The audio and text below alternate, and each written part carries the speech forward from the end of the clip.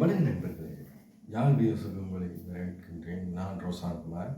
இன்றைக்கு என்ன பேச போகிறோம்னா தமிழ்நாட்டு அரசியல். தமிழ்நாட்டு அரசியலில் ஒரு பரபரப்புக்கு பஞ்சம் இல்லை.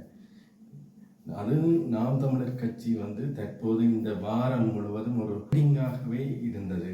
எப்படி என்றால், நாம் தமிழர் கட்சி தலைமை ஒருங்கிணைப்பாளர் சீமான் அவர்கள் கடந்த மாதம் பாரதியார் பிறந்த நாளைய பேச்சை பேசினார். பாரதியார் தமிழை வீர் என்றும், பெரியார் தமிழை காட்டும் ராண்டி என்றும் சனியன் என்றும் கூறியதாகவும் குறிப்பிட்டார்.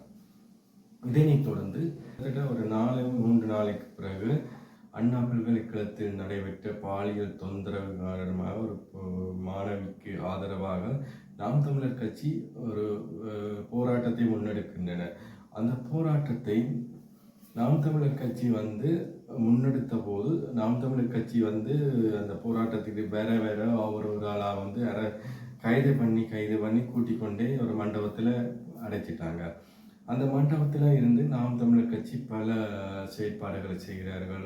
மேடையேறி நாம் தமிழர் கட்சி தலைவர் ஒருங்கிணைப்பாளர் சீமான் முன்னாடியே மேடையேறி பல பேச்சுக்களையும் தமிழ்நாட்டு அரசை கண்டித்தும், அதாவது அந்த அண்ணாமலை பல்கலைக்கழக மாணவிக்கு ஆதரவாக களமாடினார்கள் அந்த மண்டபத்துக்குள்ளே இருந்து.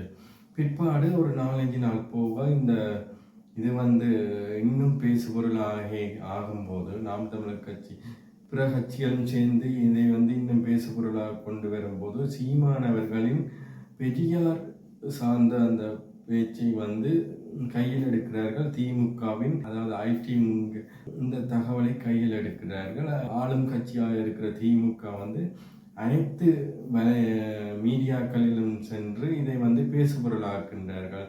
சீமான் இப்படி கூறியிருக்கக்கூடாது பெரியாரை என்று பேசுபொருளாக சீமான், அதாவது பத்திரிகையாளர் சந்திப்பின் போதெல்லாம் பத்திரிகையாளர்கள் அந்த பெரியாற்ற கருத்தையே திருப்ப கேட்டார்கள். நாட்டின் பிரச்சனையை கேட்காமல், நாட்டில் உள்ள பிரச்சனைகளை கேட்காமல் அந்த பெரியார் சம்பந்தமான கருத்தையே திருப்ப கேட்கும்போது ஒரு கட்டத்தில் சீமான் இப்போ அதே கருத்தை ஒரு மனிதரிடம் கேட்கும்போது சாதாரணமாக கோபம் வரும்.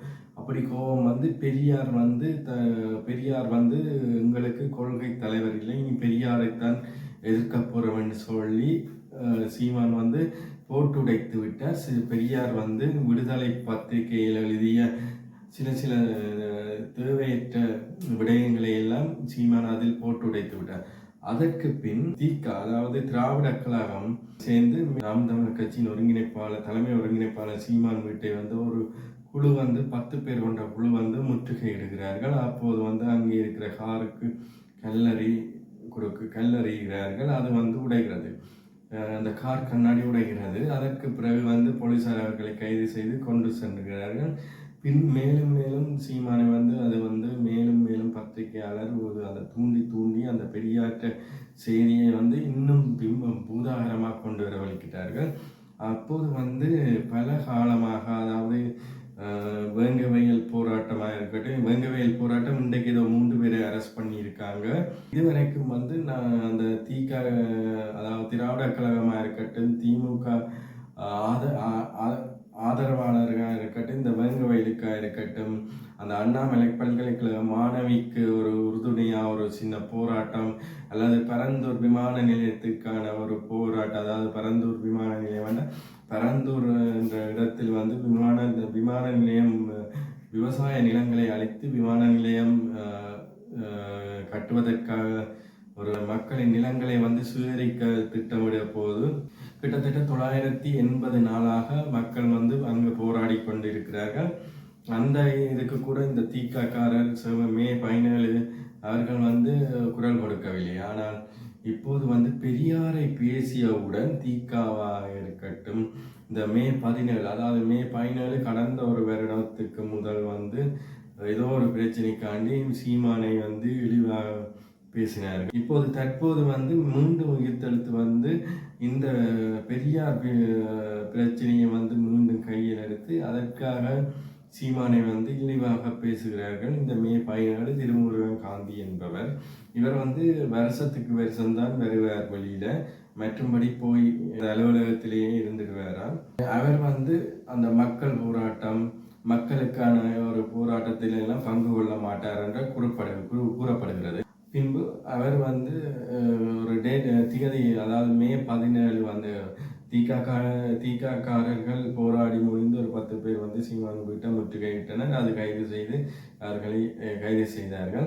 முருகன் காந்தி அவர்கள் வந்து தான் சீமானுக்கு எதிராக போராடுகிறேன் என்று கூறிவிட்டு கொண்டு தான் 32 அமைப்புகளை கூட்டி வார சீமான வீட்டை முற்றுகையிட 20ஆம் தேதி முற்றுகையிடுவதாக கூறிக்கொண்டு 20ஆம் தேதி 22 ஆயிடுச்சு. 22 தான் சீமான் வந்து அதாவது ஈரோடு கிழக்கு தொகுதி தேர்தலுக்கு பரப்புரைக்கு செல்ல இருந்ததாக கூறப்படுகிறது. அப்ப அந்தண்டு முற்றுகையிடுவோம் என்று திருமுருகன் காந்தி கூறி அந்தண்டு முற்றுகையிடுவதற்காக எல்லாம் தயார் பண்ணிட்டாங்க. ஆனால் நாம் தமிழர் கட்சியின் கட்சிக்காரர்கள் சீமான் வீட்டிற்கு முதல் நாள் இரவே சென்று விட்டார்கள். அங்கு வந்து சென்று அவர்கள், அதாவது வீட்டில் பக்கத்தில் இருப்பவர்கள் நாம் தமிழர் கட்சியினுடைய உறுப்பினர்கள் பக்கத்து ஊர்களில் இருந்து முதல் நாளே வந்து விட்டார்கள். நாம் தமிழர் கட்சி தலைமை ஒருங்கிணைப்பாளரின் வீட்டை பாதுகாக்கவும் அவர்களின் குடும்பத்தை பாதுகாக்கவும் கிட்டத்தட்ட 500 பேருக்கு கிட்ட முதல் நாளை வந்து அவர்களுக்கான சாப்பாடு மற்றும் காலை உணவை எல்லாம் தயார்படுத்தி கொடுத்த பின்பு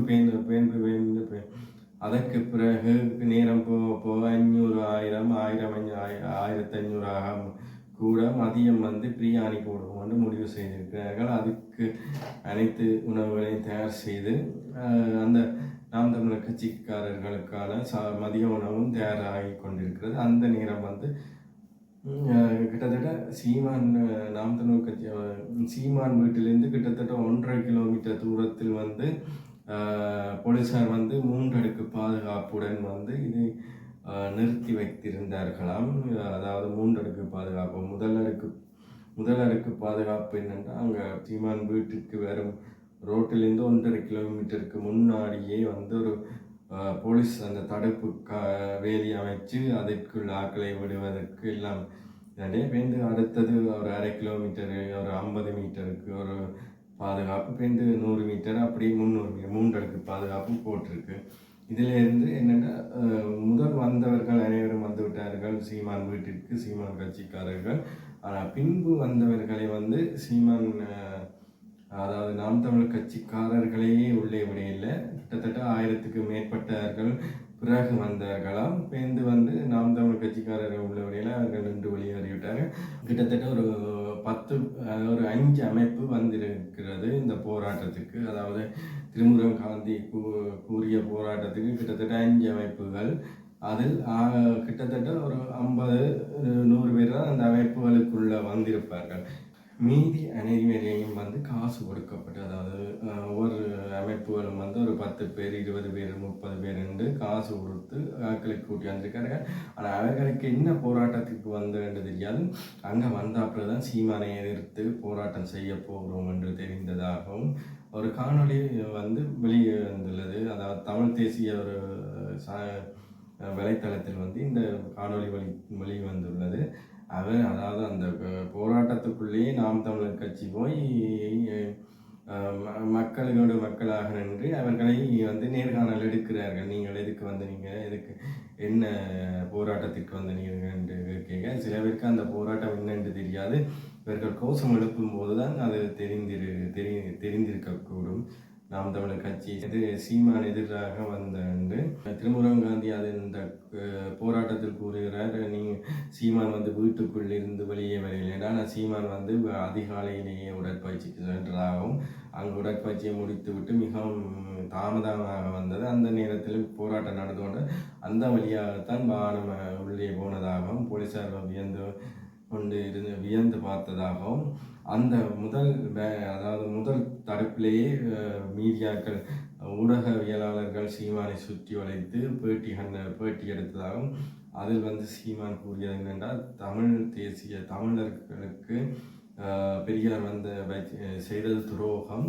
அவர் காலத்துக்கு காலம் வந்து மாறுபட்ட பேச்சையை பேசினார் எனவும் கூறியிருக்கிறார். ஒரு பிம்பத்தை வந்து உடைச்சிட்டார், சுக்குநூறாக்கிட்டார். அது எப்படி ஒன்று திகாக்காரர்களும் திமுக காரர்களும் அதிர்ந்து கொண்டிருக்கிறார்கள். அது எப்படி அந்த பிம்பத்தை திருப்ப ஒற்றன்னு தெரியாமல் இருக்கிறார்கள். அதற்காண்டி பலவாறு திமுக ஐடி விங் வந்து சீமான எப்படி வந்து கேலி செய்யலுமோ, சீமானை எப்படி வந்து அவதூறு பரப்பிலுமோ அப்படி வந்து அவதூறு பரப்பி கொண்டிருக்கிறது. கேலி செய்வதும் மற்ற இவர் அங்கே போகவில்லை, தான் தானே அந்த போட்டோ எடிட் பண்ண என்று ஒரு இயக்குனர் வாரதும் அதெல்லாம் வந்து ஒரு போலி நாடகம். ஒரு காசுக்காண்டி 15 வருஷமாக அந்த புகைப்படம் வந்து வலைத்தளத்தில் வந்து உலாவன் வந்து கொண்டிருக்கிறது. அப்போ கூட அந்த இயக்குனர் வந்து முன் என்று சொல்லவில்லை. ஆனால் இப்போ வந்து சொல்கிறேன்னா அது வந்து ஒரு கேலி கூத்தானது. அவர் வந்து ஒரு காசு, அவருக்கு ஒரு நிதி போயிருக்கு, அது சம்மந்தமாக அவர் வந்து பேச சொல்லியிருக்கிறார்கள். அது அபட்டமாக தெரியுது. அவர் வந்து இதற்கு முதலே பெரியாரை வந்து கொஞ்சம் முதலே தாக்கிட்டார். கிட்டத்தட்ட 5 வருஷத்துக்கு முதலே பெரியார் என்ற பிம்பத்தை உடைக்க வலிக்கிட்டீங்கன்னா நாம் தமிழர் கட்சியிலேருந்து அந்த பிம்பத்தை உடைச்சு அந்த காலத்திலேயே இதை நான் தான் எடிட் பண்ணேன்னு ஒரு டைம் வரையில. ஆனால் இப்போ வரையினவன்டா அந்த என்ன பிரச்சனைன்னா நாம் தமிழர் கட்சியை வந்து இதுக்கு ஒரு பரபரப்பில் வச்சிருந்தா எல்லா மீடியாக்களும் அங்கே ஓடிடும். ஆனால் இங்கே வந்து அந்த அண்ணாமலை பல்கலைக்கழக பிரச்சனை இருக்குல்ல, அது வந்து யாரும் காது கொடுத்து கேட்க மாட்டினோம். அது என்னென்னா அது முக்கிய அரசியல் புள்ளி வந்து அந்த பிரச்சனைக்குள்ள அந்த அண்ணாமலை பல்கலைக்கழக பிரச்சனைக்குள்ள வந்து மாட்டி இருக்கிறார்கள். அதை மடைமாற்றவும் அதை திசை திருப்பவும் தான் இந்த பிம்பத்தை கொண்டு வந்து பெரியார் பிம்பம் உடைஞ்சாலும் திமுகவுக்கு பிரச்சனை இல்லை. அது ஏற்கனவே திமுக சுக்குநூறா உடைச்ச ஒரு பிம்பம் தான். ஆனால் அதற்காக இவர்கள் அதை செய்யவில்லை. ஆனால் இந்த அண்ணாமலை பல்கலைக்கழக ஒரு பெரிய முதலையோண்டு அதுக்கு சிக்கி இருக்கு. அதை வந்து மடைமாற்றினால் அங்கே போய் விடுவார்கள், இதை கண்டுகொள்ள மாட்டார்கள் என்றுதான். ஆனால் அங்கே அண்ணாமலை பல்கலைக்கழக இதுக்கு வந்து 3 பெரும் குழு வந்து அதை விசாரித்து கொண்டிருப்பதாகவும் அது கிட்டத்தட்ட முடிவுக்கு வருதுன்னு சொல்கிறார்கள். அதை பேர்ந்து பொறுத்திருந்து பார்ப்போம். அதாவது திமுகவினர் செய்யும் கூத்து வந்து வலைத்தளத்தில் பார்த்தா தான் தெரியும். கண்டிப்பாக அது எவ்வளோ தூரம் போகுதோ தெரியல. ஆனால் வந்து தற்போது நாம் தமிழர் கட்சியின் தலைமை ஒருங்கிணைப்பாளர் சீமான் வந்து ஈரோடு கிழக்கு தொகுதிக்கு பெறப்படைக்கு சென்றுள்ளார். அது பல தகவலுடைய அடுத்த காணொலிகள் இணைந்து கொண்டு நன்றி, வணக்கம்.